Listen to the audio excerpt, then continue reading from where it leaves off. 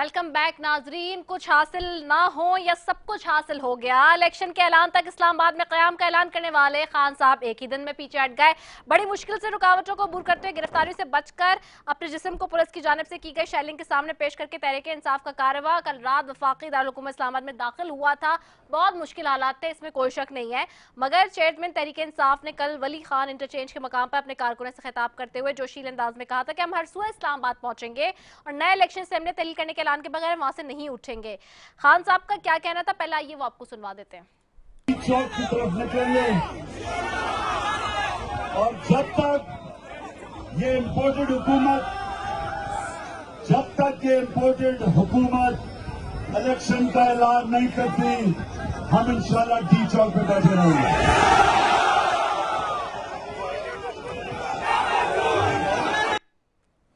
खान साहब इस्लामाबाद पहुंचे तो सही, लेकिन 12 घंटों के अंदर ऐसा क्या हुआ कि खान साहब के बयानिए में कुछ बदलाव आ गया। उन्होंने इस्लामाबाद में बैठकर हुकूमत को 6 दिन का मजीद अल्टीमेटम दिया और बनी गाला की जानिब रवाना हो गए। आज सुबह जिना एवेन्यू में खान साहब का क्या कहना था वो भी सुन लेते हैं।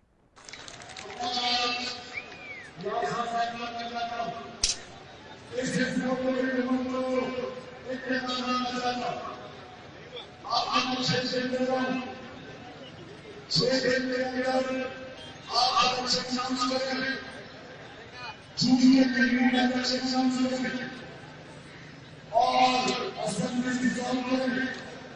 अगर 6 दिन के बाद ये नहीं गया तो मैं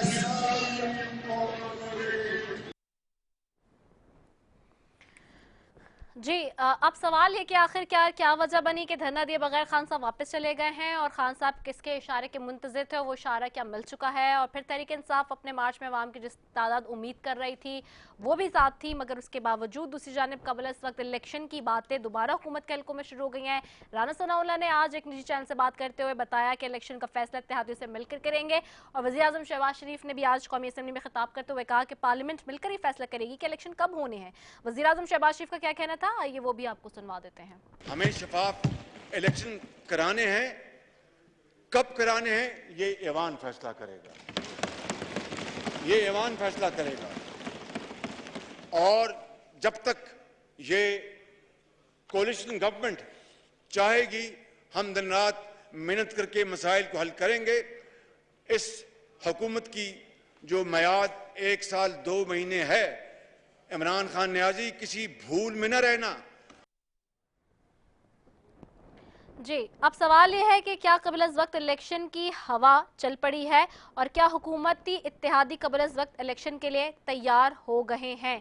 इसी सब पर जी बात करते। अब हमारे साथ मौजूद हैं जी, पहले हमारे पास दूसरे मेहमान थे, अब इस वक्त मेहमान दूसरे हैं जी। अब मेहमान है हुकूमत की तरफ से यासीन आज़ाद साहब ज्वाइन कर रहे हैं, मुस्लिम लीग नून से सीनियर रहनुमा हैं जी, बार के सदर भी रह चुके हैं सुप्रीम कोर्ट के। साथ ही सेनेटर बहरामंद तंगी साहब है पाकिस्तान पीपल्स पार्टी से। आप दोनों को खुश आमदेद कहती हूँ, बहुत शुक्रिया आप दोनों का। ये जो तक एपिसोड चली है सारी खान साहब के आने की, रुकने की, जाने की, 6 दिन का अल्टीमेटम देने की, और आज फिर जो जिस तरह से अभी हम देख रहे हैं कि शहबाज शरीफ साहब का मौक़िफ़ और राना सनाउल्लाह साहब का मौक़िफ़ भी हमारे सामने है। इसके बाद अब क्या होने जा रहा है, what would be the consequences in a long run, और क्या वाकई इत्तेहादी और हुकूमत की जमातें सारी इस बात पर तैयार हैं कि इलेक्शन जल्द हो जाने चाहिए, असेंबली तहलील हो जानी चाहिए या इलेक्शन का वक्त दे देना चाहिए। मैं पहले आपकी तरफ आऊँगी, सेनेटर बहरामंद तंगी साहब जी। देखिए, मैं रिदा एक बात बता रहा हूँ आपको। थैंक यू सो मच पहले कि आपने मुझे टाइम दिया। देखिए, ये इदारे, ये पाकिस्तान, ये आईन का और दस्तूर के मुताबिक चलते हैं। ये पाकिस्तान पीपल्स पार्टी की या किसी और जमात की या बहरामंद तंगी या रिदा की मर्जी के मुताबिक इदारे और पार्लियामान नहीं चलते हैं। मैं आपको एक बात बता दूं कि इमरान की जब वो अपोजिशन में थे तो आप एज ए अपोजिशन उसके रोल को देखें, और फिर जब वो प्राइम मिनिस्टर बना एज ए प्राइम मिनिस्टर उसके किरदार को देख लें। आज जो फिर अपोजिशन में है, मेरा पॉलिटिकल कैरियर है 41 साल। मैं 1980 में पीपल्स स्टूडेंट फेडरेशन का प्रेसिडेंट था। आज 41वां साल है कि मेरे पॉलिटिकल कैरियर में मैंने कभी अपोजिशन को भी हमने देखा है, हमने हुकूमत को भी देखा है, लेकिन ऐसा नालायक वज़ीर आज़म और ऐसा नालायक अपोजिशन लीडर मैंने अपनी जिंदगी में नहीं देखा है। अल्लाह ने इसको 2 मौके दिए। एक को इसको वज़ीर आज़म बनाया, उसने उसको जाया किया। एज ए प्राइम मिनिस्टर उसने जिद, अना और हटदर्मी की सियासत की। उसने पार्लिमानी रवायात को बेतौकीर किया, इसलिए कि डेमोक्रेटिक प्रोसेस में जब आप सियासत करेंगे, जब आप हुकूमत करेंगे, तो आप पार्लियामान के अंदर अपोजिशन लीडर के तावन से और अपोजिशन जमातों की लीडरशिप के तावन से आप एक स्टेप भी आगे नहीं बढ़ सकते हैं। आप पार्लियामान के अंदर जरूर इंटेलेक्चुअल से, आप मीडिया से, आप पार्लियामान के अंदर लीडरशिप के तावन से आप आगे बढ़े, उनसे सीखें और अपनी हुकूमत पूरी करें और गुड गवर्नेंस को आप पूरी दुनिया को साबित करें कि मैं इस कुर्सी का काबिल हूं। लेकिन उसने as a prime minister opposition leader के साथ हाथ न मिलाने की कोशिश नहीं की कि मैं हाथ नहीं मिलाऊंगा, आप चोर हैं, आप डाकू हैं। तो पूरी दुनिया ने देखा कि माफिया का सरगोना कौन है। माफिया का सरगोना तो इमरान था कि as a sitting prime minister. मैं आपको रिदा एक बात बता दूं कि वज़ीर आज़म का न रिश्तेदार होता है न दोस्त होता है, लेकिन पहली मर्तबा हमने देखा कि इमरान के दोस्त भी थे, उसको फाइनेंस करने वाले भी थे, उनकी बहन भी थी, उनकी वाइफ भी थी, उनकी वाइफ की सहेली भी थी, जो कि उसने अरबों रुपए की करप्शन करके पाकिस्तान को बहुत बड़ा नुकसान पहुंचाया। मैं अभी आता हूं कि आज उसने पाकिस्तान को और क्या मैसेज दिया। क्या इमरान के कहने पर इलेक्शन होंगे? बिल्कुल नहीं। 13 अगस्त 2023 को इस असेंबली की मुद्दत है और पाकिस्तान पीपल्स पार्टी ने और मेरी लीडर जनाब आसिफ अली जरदारी साहब और जनाब बिलावल भुट्टो जरदारी साहब का और इस पीपल्स पार्टी का मंशूर है कि हम इस जमहूरी रिवायात को 4 टाइम ट्रांजेक्शन की तरफ हम जाए, ये असेंबली अपनी मुद्दत पूरी करे और फिर इलेक्शन हो जिसका अवाम ने जिसको मुंतखब किया। लेकिन इलेक्शन से पहले हम इलेक्टोरल रिफॉर्म चाहते हैं ताकि ये सिलसिला बंद हो कि किसने करप्शन, किसने धांधली की, किसने धांधली की, मैं इसको नहीं मानता हूं, मैं इसको नहीं मानता हूं। तो पाकिस्तान में एक मजबूत जमहूरियत के लिए इलेक्टोरल रिफॉर्म की जरूरत है और साथ साथ ये असेंबली पूरी अपनी मुद्दत पूरी करे, तब हम कह सकते हैं कि हम जमहूरियत को चाहते हैं और जमहूरियत पसंद लोग हैं। लेकिन इमरान की मर्जी से न इदारे चलेंगे, इमरान की मर्जी से न मुल्क चलेगा, इसलिए कि 4 सालों में उसने पाकिस्तान को पूरी दुनिया में तनहा किया, उसने पाकिस्तान की इकोनॉमी को तबाह किया, उसने पाकिस्तान की 22 करोड़ आवाम को दर बदर करके उनके मुंह से नवाला छीन लिया। तो मैं समझता हूं कि पाकिस्तान पीपल्स पार्टी, मुस्लिम लीग नून और बाकी जमातें मिलके उनका पॉलिटिकल विजन भी है, उनका विल भी है कि इंशाअल्लाह इस थोड़े से अरसे में पाकिस्तान और पाकिस्तान के अवाम को मुश्किलात से निकालेंगे, पाकिस्तान के इदारों को मजबूत करेंगे। और मैं समझता हूं कि इमरान की इज्जत इसमें है कि वो एज अपोजिशन लीडर पार्लियामान में आए, अपना रोल प्ले करे और अपोजिशन लीडर के तौर पर वो इस मुल्क और अवाम की खिदमत करे। ठीक है, यासीन आजाद साहब आपकी तरफ आऊंगी। यासीन आजाद साहब, आप इस हवाले से भी बड़े माहिर हैं कि कानून की और आइन की जो नोक पलक है, जो उसकी सारी टेक्निकलिटीज़ हैं, उनको बहुत अच्छे से जानते हैं। यासीन आजाद साहब, बिल्कुल फेयर एंड फ्री बात करें, ये बताएं कि ये जो आज हुआ है असेंबली के अंदर, ख़ास तौर पे कि जी एक के बाद एक बिल मंजूर कराते गए, ख़ास तौर पे जी ये जो ओवरसीज़ पाकिस्तानीज़ के हवाले से और जो वोटिंग, इलेक्ट्रॉनिक वोटिंग मशीन की जो साबिक हुकूमत की तरमीम थी उसको ख़त्म कर दिया, फिर नैब के हवाले से जो बिल में तरमीम की है, ऑपोजिशन है नहीं, खुद ही सब कुछ हो रहा है। ये कैसी पार्लियामेंट चल रही है? अगर इस वक्त पाकिस्तान तहरीक इंसाफ की हुकूमत होती और वो ये सब काम करती तो आई एम श्योर कि आप बहुत सारी इसमें टेक्निकलिटीज़ की बातें करते जब प्रोग्राम में होते।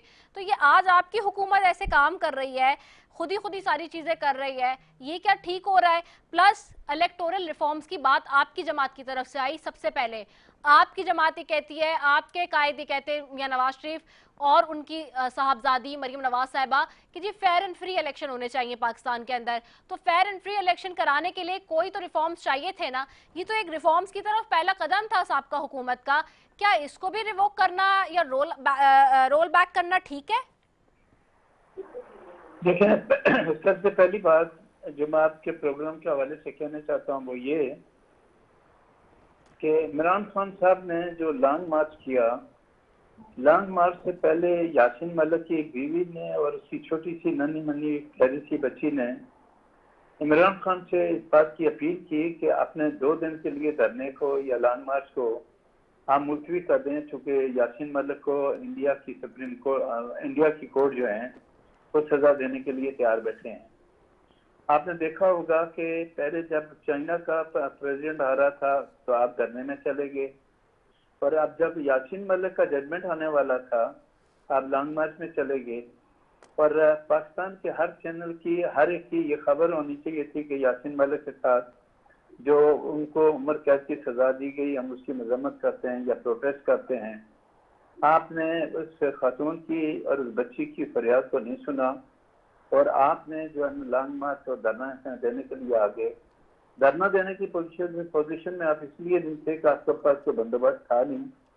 तो जो आप एक्सपेक्ट कर रहे थे कि लाखों लोग आपके साथ आएंगे, बाजारों में आपके साथ आए, तो ऐसी सूरत हाल में अगर 2 दिन के लिए मुलतवी किया जाता तो यासीन मलिक के मामले में पूरा पाकिस्तान शायद उसके इस मुश्किल वक्त में उसके साथ होता, जो नहीं हो सका। दूसरा, फिर आप यहाँ पहुंचे और पहुंचने के बाद ना कोई तकलीफ की ना कुछ किया, तो सीधा बनी गला में रेस्ट करने के लिए चले गए। लोग बेचारे रोडों पे आपका इंतजार करते रहे, आपने उसकी कोई परवाह नहीं की। अब मैं आपके सवाल की तरफ आता हूँ कि पार्लियामेंट का इदारा वो इदारा है जिसका कानून साजी करने का हक है। इस हुकूमत ने कोई ऑर्डिनेंस जारी नहीं किया। ऑर्डिनेंस इसलिए नहीं जारी किया कि हम ऑर्डिनेंस जारी करने के हक में नहीं है, और दूसरा हमें ये भी पता था कि अगर कोई ऑर्डिनेंस अगर हम जारी करते हैं तो सदर पाकिस्तान जो है उस पर दस्तखत करते या नहीं करते, क्योंकि पिछले 2 महीने में जिस तरह दस्तूर का मजाक पीटीआई की हुकूमत ने, जब वो हुकूमत में थे, उन्होंने उड़ाया, जिस तरह जो वोट ऑफ नो कॉन्फिडेंस को ओवर रूल किया गया, मैं उस डिटेल में नहीं जाना चाहता, बहुत लंबी बात हो जाएगी। लेकिन आपके प्रोग्राम से जैसे कि आपने सवाल किया कि पार्लियामेंट का इदारा वो वाहिद इदारा है जो कानून साजी कर सकता है, और आपने देखा होगा कि आज पार्लियामेंट ने ऑर्डिनेंस नहीं लेके आए, पार्लियामेंट ने पार्लियामेंट के अंदर कानून साजी की, और कानूनी साजी में मुतफिका तौर पे हुई। और आपने ये देखा होगा कि ये पार्लियामेंट के अंदर एड्रेस करते हुए प्राइम मिनिस्टर ऑफ पाकिस्तान ने यासीन मलिक के मामले को बड़े हाई लेवल पर टेकअप किया, और ये मैं कहता हूँ कि ये पूरा पाकिस्तान का मामला था, पूरे पाकिस्तान को इस मामले को टेकअप करना चाहिए था, लेकिन लॉन्ग मार्च के हवाले से वो मामला दब गया। दूसरा ये है कि क्या पार्लियामेंट को इस बात का इख्तियार नहीं कि कानून साजी करे, और अगर पार्लियामेंट को कानून साजी करने का इख्तियार है तो आज जो कुछ भी हुआ पार्लियामेंट के ज्वाइंट सेशन में सारा कुछ अप्रूव हुआ, और अप्रूवल जो है पार्लियामेंट के दोनों हाउसेस में दी। तो कानून साजी जो की गई वो बिल्कुल जायज है, पार्लियामेंट का इख्तियार है, पार्लियामेंट की कर सकती है। इमरान खान के दौरे हुकूमत में कोई कानून साजी नहीं हुई पार्लियामेंट में। उस वक्त तो प्रेसिडेंट ऑफ पाकिस्तान जो ऑर्डिनेंस फैक्ट्री खोल के बैठा हुआ था, वो ऑर्डिनेंस जारी करते थे, पार्लियामेंट के अंदर ये जाने के लिए तैयार नहीं थे। आज देखें, प्राइम मिनिस्टर ने पार्लियामेंट में जाके एड्रेस किया, लेकिन सबका प्राइम मिनिस्टर इमरान खान ने 3.5 साल में ऑलरेडी 2 या 3 दफा पार्लियामेंट के अंदर वो गए, उन्होंने पार्लियामेंट को भी वो अहमियत नहीं दी जो एक वजीर आजम को देनी चाहिए। तो मैं ये समझता हूँ कि चूंकि इलेक्शन होने हैं और 2023 में होने हैं, 2023 से पहले केयर टेकर गवर्नमेंट भी बननी है, और जो भी टाइम पीरियड है वो मेरे सवाल का आधे सवाल का जवाब रह गया, आधा हिस्सा रह गया मेरा सवाल। आधा हिस्सा दूसरा ये था कि इलेक्टोरल रिफॉर्म्स में मियां नवाज शरीफ और उनकी साहबजादी मरीम नवाज साहिबा चाहती हैं कि मुल्क में फेयर एंड फ्री इलेक्शन हो। ये जो आज कानून साजी हुई है जिसकी आप बात कर रहे हैं कि दोनों हाउसेस की रजामंदी के साथ हुई है, ठीक है, लेकिन सवाल अगेन वही है कि ऑपोजिशन बैठी नहीं है पार्लियामेंट के अंदर। प्लस एक सबसे बड़ा कंसर्न ये कि इलेक्टोरल रिफॉर्म्स का ये पहला स्टेप था जो कि साबका हुकूमत लेकर आई, जिसको रिवोक किया है, जिसको रोल बैक किया है, जिस तरमीम को किया गया है। तो क्या इलेक्टोरल रिफॉर्म्स नहीं आने चाहिए इस मुल्क में? फिर फेयर एंड फ्री इलेक्शन की जो बात हो रही है उसका जो एक तखमीना लगाना है, जो अंदाज़ा लगाना है कि जी फेयर एंड फ्री इलेक्शन होंगे कैसे, उसके लिए इलेक्टोरल रिफॉर्म्स में फिर आप क्या समझ रहे हैं कि क्या होना चाहिए? यही अंगूठे लगे, यही ठप्पे लगे, यही सबको जो यही आरटीएस सिस्टम बैठे, यही पुराना निज़ाम हो जिसके ऊपर फिर आगे अब जो इलेक्शन आ रहे हैं उसके ऊपर सारी जमातों के कंसर्न्स हों और उस पर मुबैना तमाम लोगों के जो इल्ज़ामात हों, वही सारी कहानी फिर से हमें नजर आएगी जनरल इलेक्शन में? नहीं, देखें, पिछली गवर्नमेंट ने जो भी मामला किया, पहले ऑर्डिनेंस जारी किया, बाद में बुलडोज करके उसको अप्रूव करने की कोशिश की है। ये पाकिस्तान तजर्बे के लिए नहीं बना। जो पर सबका हुकूमत ने तरीकाकार बताया था उसके मुताबिक इलेक्शन कराना पाकिस्तान के बस की बात नहीं है और ना अब है। इस वजह से कि आपने 3.5 साल में अगर कोई रिफॉर्म लेके आए थे तो उसके मुताबिक आपने कोई बंदोबस्त नहीं किया। आज जब बंदोबस्त नहीं हुआ, ठीक है, बहुत शुक्रिया यासीन आजाद साहब आपका, सेनेटर बैरमन तंगी साहब आपका, आप दोनों मौजूद मेहमानों का बेहद शुक्रिया। वक्त खत्म हो गया है मेरे पास, मैं मजीद भी वरना इसके ऊपर आपकी राय लेती और बात करती। ये मेरे पास आपका पॉइंट व्यू आ गया, वो मुझे पता है आप डिटेल में जाएंगे, लेकिन ठीक है कि आप ये कहते हैं कि साबका हुकूमत ने उसके ऊपर कोई जो है वो बेहतर इकदाम नहीं किए, और बेहतर इकदाम ना करने की वजह पहले सेगमेंट में जुल्फी बुखारी साहब बता चुके थे कि इलेक्शन कमीशन ने कोई इंटरेस्ट ही नहीं लिया, जिसके बाद जो है कोई मीटिंग होती है इसके ऊपर कोई काम होता हमारे करने के बावजूद। तो ये सारी सूरत हाल है जो आपके सामने। नाज़रीन, इसी के साथ जी अपनी मेज़बान 10 को दीजिए इजाज़त। पाकिस्तान जिंदाबाद।